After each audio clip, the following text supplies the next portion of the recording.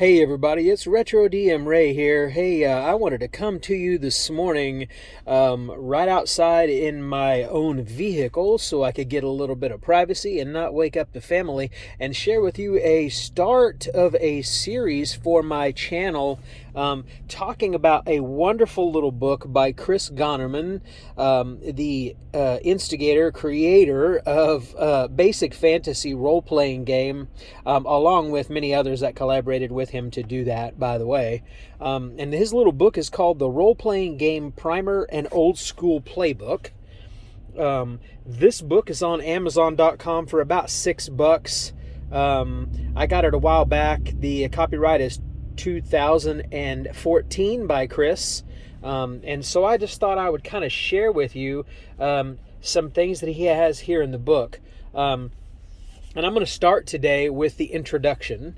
I'll just read this to you, and you can just kind of sit back and listen and follow along. If you have your own copy, break that out and take a look at it as well. Like I said, it's about $6 on Amazon. It is well worth the read if you're at all interested in role-playing games, specifically old-school role-playing games, traditional pencil and paper RPG. So here we go. So you've heard about role-playing games, also called RPGs, and you think they sound interesting. Hanging out with friends, playing the role of heroic warrior or crafty thief or clever wizard, braving wilderness or dungeon, fighting monsters and bringing back treasure. What could be better? Quite possibly you've played RPG-style video games. That's cool, but trust me, there's nothing like playing a game in person with others. But learning to play a traditional paper and pencil RPG has always required finding someone to teach you. RPG-style video games are run by the computer or game console or tablet or whatever, while paper and pencil role-playing games are run by a person called a game master. But what if you don't know any game masters? It's really tough to get into RPGs without an experienced GM to teach you. This book is an attempt to remedy that situation. I'm going to start with the basics, guiding you by example through the art of playing role-playing games and of becoming a game master. When you finish this book, my hope is that you will know enough to start your own game. I'm writing this book using the Basic Fantasy role-playing game as an example.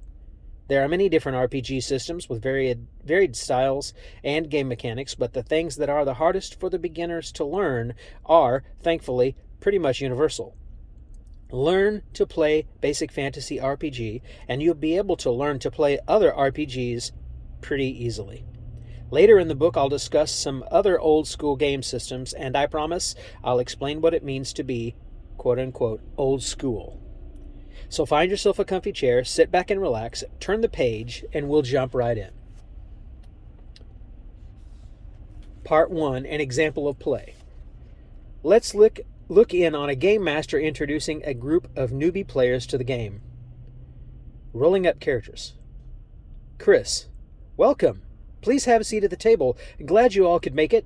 I understand you've never played a paper and pencil role-playing game before. Well, don't worry. I'm going to take it slowly there. You'll see I've laid out some funny-looking dice on the table for each of you. If you decide you like playing RPGs, you'll probably want some of your own. But for now, I have plenty to go around. I'll explain them to you as we go along.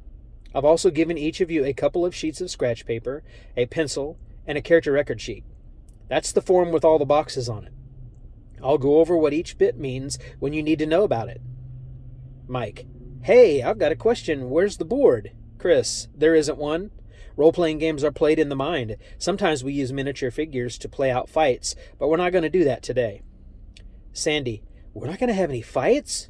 Chris, no, we're not going to use any miniatures, but I'm pretty sure there will be a fight or two. Now let's get started. The game I'm going to run today is the Basic Fantasy RPG. In Basic Fantasy, you can play as a human, an elf, a dwarf, or a halfling, and one of the first things you need to do is decide what you want to play. Joe, I want to play a big barbarian, kind of like Conan. Chris, okay, so you're playing a human, and it sounds like you want to play him as a fighter. Mike, oh, so this is like a video game. You have to choose what class you want to play, right? So what classes are there? Chris, in Basic Fantasy, you can play as a cleric, a fighter, magic user, or a thief. Sandy, what about druids? Chris, Basic Fantasy RPG has just the basic 4 races and the basic 4 classes, but there are supplements that offer things like druids or rangers or gnomes or whatever. Since you're just learning, though, I'm not going to use any supplements. Sandy, oh, okay, well, then I'd like to play a thief. I like being sneaky. Chris, any other races can be a thief, so which would you prefer? Sandy, I don't know. Is a halfling something like Frodo? Chris, sorta, yeah. So she's going to be a halfling thief? Sandy, yeah. Hey, wait, do I have to play a female? Chris, no, if you want to play a male character, that's up to you. Sandy, nah, she's a girl. Female halfling thief. Chris, write that on your character sheet. There are spaces for race, class, and gender. Mike, and I want to play an elf wizard. Chris, okay, good. The next thing to do is to roll some ability scores. Who wants to go first? Joe, me. What do I roll? Chris, each of your 6 ability scores is rolled on 3d6. That's 3 6-sided dice like this one here. Some have dots or pips on them, and that's fine, but I like numerals. Joe, okay, here I go. 3, 3, and 5. Is that good? Chris, when you roll multiple dice like that, you usually add them together. So that's a total of 11, which is pretty average, actually. Don't worry, you get 5 more tries. You roll, and I'll write them down for you. Joe, rolling dice. 16, that's good, right? 12, 11, 6. Ouch, not so good. One more, 10. Now what? Chris, you said you wanted to play a big barbarian, right? So I'd suggest you put that 16 into your strength score. All the other scores are average except for that 6. You have to choose between intelligence, wisdom, dexterity, constitution, or charisma. Basically, that means you have to decide if your character is stupid, foolish, clumsy, sickly, or unpleasant to be around. Mike, put it in your charisma, Joe. Being a barbarian isn't a popularity contest, right? Joe, maybe. No, I'm putting it in my intelligence. Being a barbarian isn't about being smart either. Chris, okay, so write those numbers down in the boxes on your character sheet. Each ability score that isn't average has a bonus or penalty, which goes in the box next to the score. I'll save you looking it up in the rulebook. The bonus for 16 is +2, and the penalty for 6 is -1. Just write those numbers down, and I'll explain them later. Who's next? Sandy, I'll go. Rolling. 13, 10, 10, 9, 6, 17. Now what? Chris, as a thief, you'll want your dexterity to be pretty good.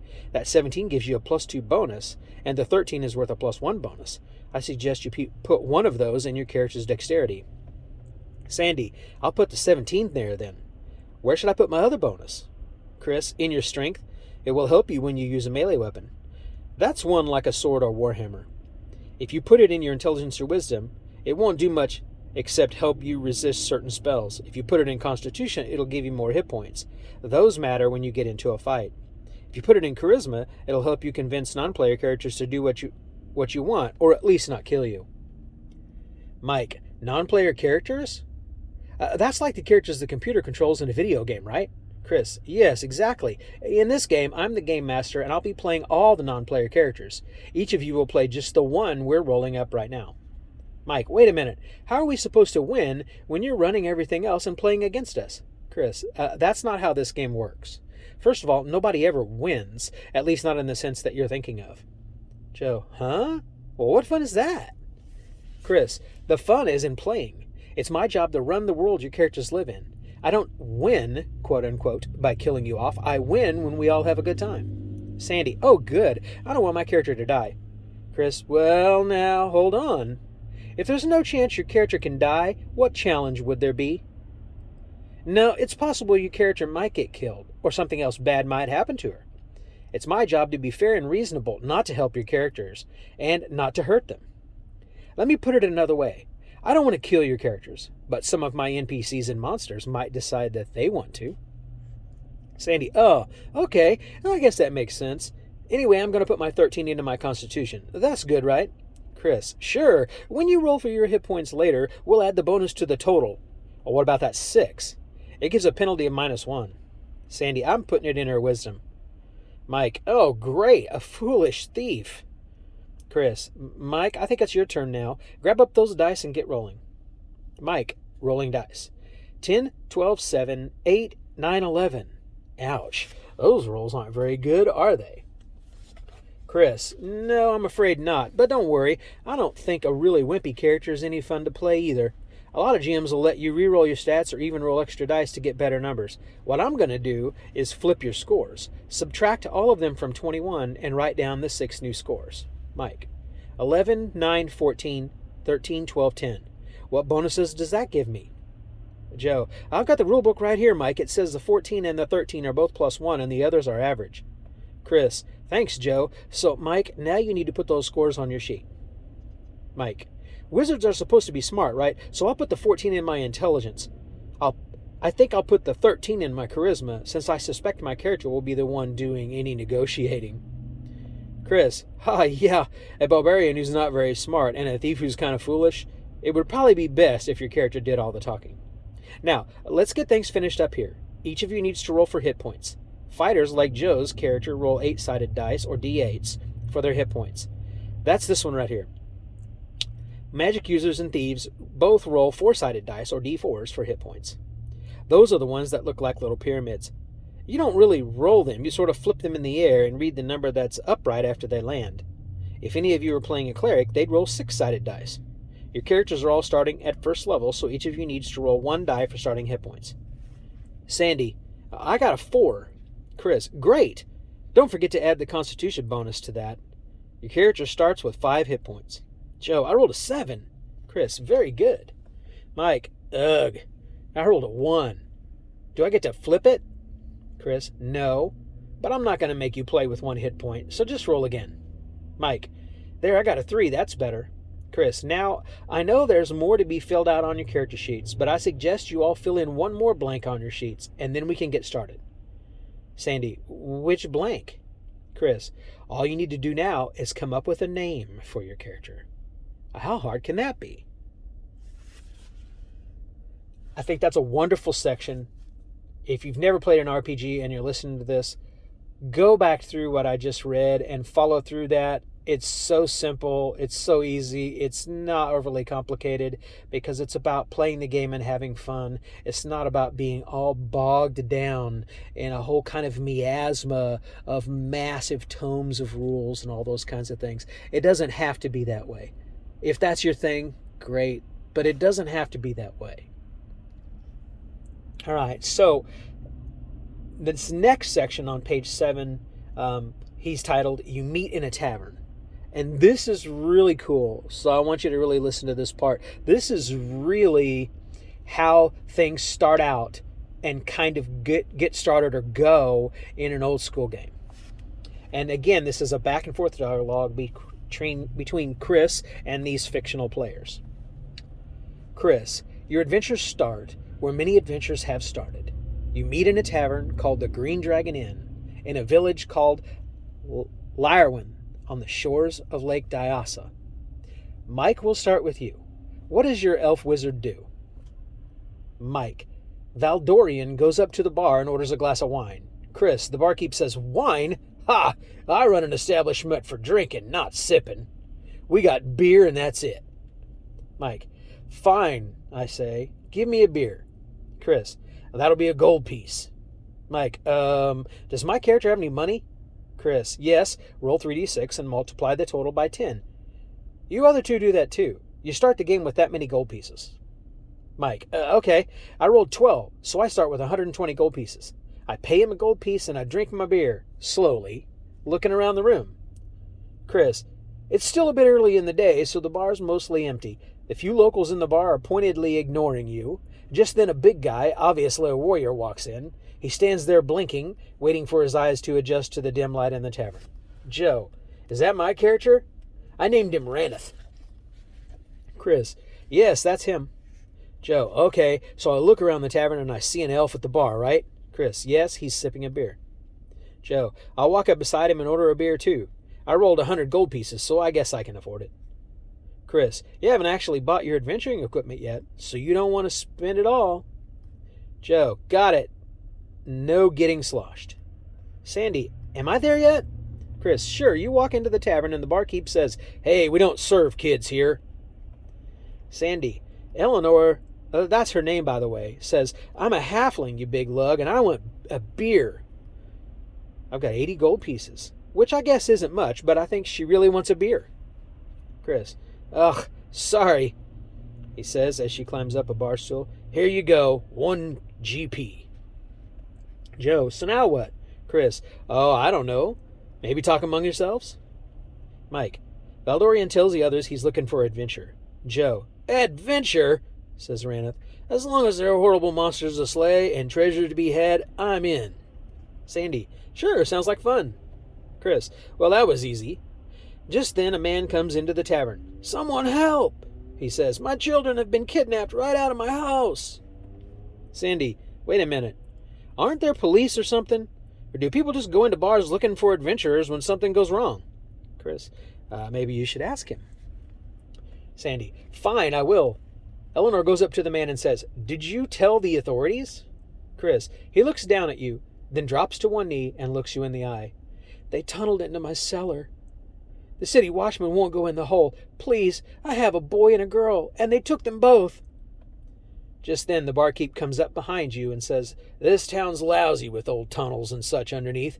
They say Lyrewen was built on the ruins of an ancient city.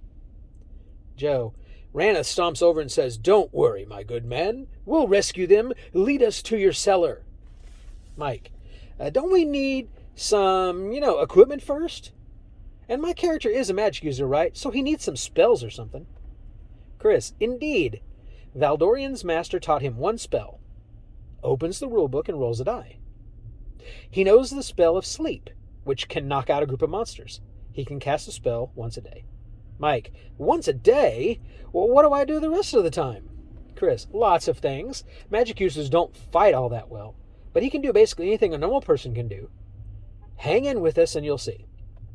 Now let's get your money spent. Joe, your character will need at least a weapon and some sort of armor or shield. Sandy, as a thief, your character can only wear leather armor. A thief can use any weapons, but halflings can only use small weapons in one hand and medium weapons in two, and can't use large weapons at all. Mike, magic users can't wear armor, and they don't train much with weapons, but Valdorian can use a dagger or a walking staff as a weapon. You'll all want to have backpacks to carry things, and provisions in case you're down there a while. Eleanor needs a set of thieves' tools also. Hey, here's the rulebook. Let's get this done, and then you can move on to the dungeon. All right, so I think for this one, we're just going to keep it short, and I'm going to stop there to start next time on the top of page 10. That section Chris has entitled Into the Tunnel. But I just want to reflect back on that previous section for just a moment. Getting the characters together and getting an old school adventure started is no incredibly difficult task. Name the town they're in, something that comes to the top of your mind. Simple. Don't make it complicated. Have a meet in a tavern. That's the old trope. Make up a name for the place. Steal it right out of a book you've read. Who cares? It's all for fun. Get them together and let them start talking in character and give them a hook, something to bait that fish and excite them about going out and doing that thing. Don't force them. Put the hook out there and let them see if they want to nibble on it and bite it and run with that. It's not any more complicated than that. It's so cool just to see everything else just stripped away and go back to this really basic stuff. I just love this little book. This will be my third time of reading through this book and reading through it with you. And after I read through it with you, I'll probably read it several more times just to be reminded of just how cool the old school really was and still can be today. To get together with your friends and have such a great time in old school D&D gaming. Thanks for listening. Again, this is Retro DM Ray. If you like this channel, if you like this content, if you like what I've read here today and you want to hear some more, click that like, please. Click that subscribe. Click that bell icon so you'll get notified of any new things that pop up. I'm able to do some shorts now if you didn't notice that that's on the channel, so I might do some of those every once in a while, some silly stuff on there just to entice you or see if you like that. Check the description for the channel itself for how you can get in touch with me, how you might support me by buying me a coffee, how you might use my affiliate link if you want to buy anything at drivethrurpg.com. You can use my affiliate ID and get yourself a deal, and a small portion of that comes to me. I'd really appreciate that to help me to continue to buy role-playing game content and material to then turn around and share with you on the channel. If you have any comments, please leave them below. Again, my channel is very G-rated, very family-friendly. I don't have language on here. I'll delete your comments if you do. And so please keep it totally family-friendly. Please make sure and check out other channels that are like mine. We're kind of rare. So I'm kind of proud to be able to continue to do that. I just love this game, and I just want to have discussions and conversation and just keep spreading the love of old school Dungeons and Dragons. I hope this is something that you like, and I hope you have a great day. And like I say in all of my videos, I hope all of your rolls are nat 20s. Take care.